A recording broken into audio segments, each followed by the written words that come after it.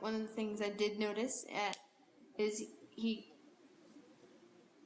not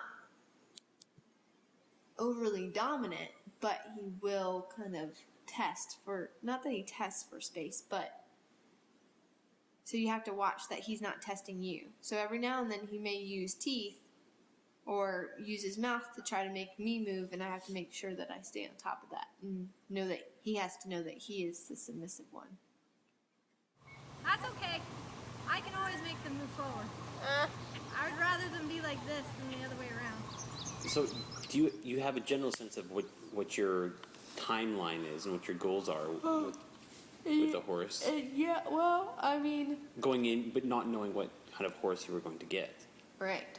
So, I didn't think I would be able to do all that. You were prepared for... I was prepared that I might be able to just get able to touch him and that's it. Not maybe Today. just one touch and then retreat. That's it. So based on today, do you have a kind of timeline of how you want him to develop? It all depends on him, but from how he was, I think he'll progress pretty quickly. Okay. But the biggest key is to listen to what he tells me. So my biggest goal is to keep him relaxed in everything that I do. So, whenever I work him, I want to make sure that it's easy questions that I'm asking him, with easy answers. So I want to make it pretty clear. And then that way he doesn't get stressed or worried about it. If they're intelligent, they can figure things out pretty quickly. And so the more I can kind of keep him relaxed and make everything seem easy, the faster he'll be able to progress.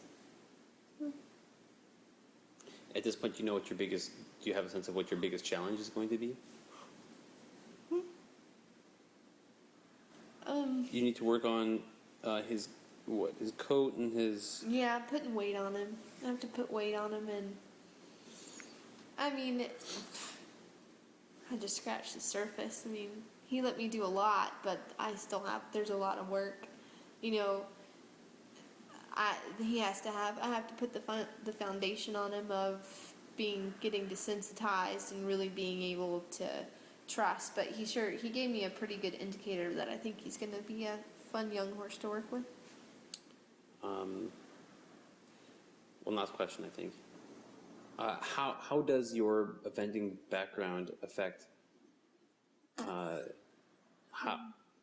or does it affect how you're training the Mustang and how it develops and what you're going to do with it in the end? The biggest thing is respect for the horse, but I mean, because he is a wild horse, so wild horses are different than domesticated horses, and you never quite know which kind you're going to get. Like, I mean, you could have the higher spirited ones that are more so responsive to run, unlike him. I would say, though, it's not really my eventing background, it's just being around horses and understanding it and learning through, mistakes of timing or when a horse is telling you something and you're not listening good enough. So what I've tried to do as I've been around horses longer and longer is to listen to them better and make sure that they're given the respect they deserve. So, if they're telling you you're pushing too hard, then you need to back off. If they're tolerating it all right and they don't mind, then you can keep going. But there comes a point to where you have to be able to say, okay, let's go try something else, or I need to back off a little bit here because it's not quite, it's not worth getting hurt, and it's not hurt. It'll put the horse back. So it's just in how horses have taught me to listen, and watching them outside in the pasture, how they communicate. They can speak pretty loudly. I mean, so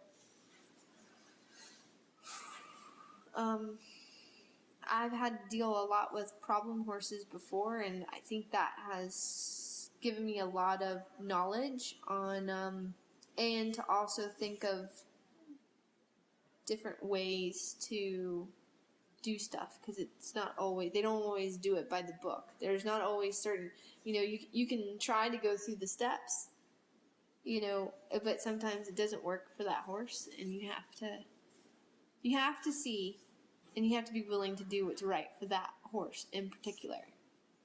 And that's what I've tried to do.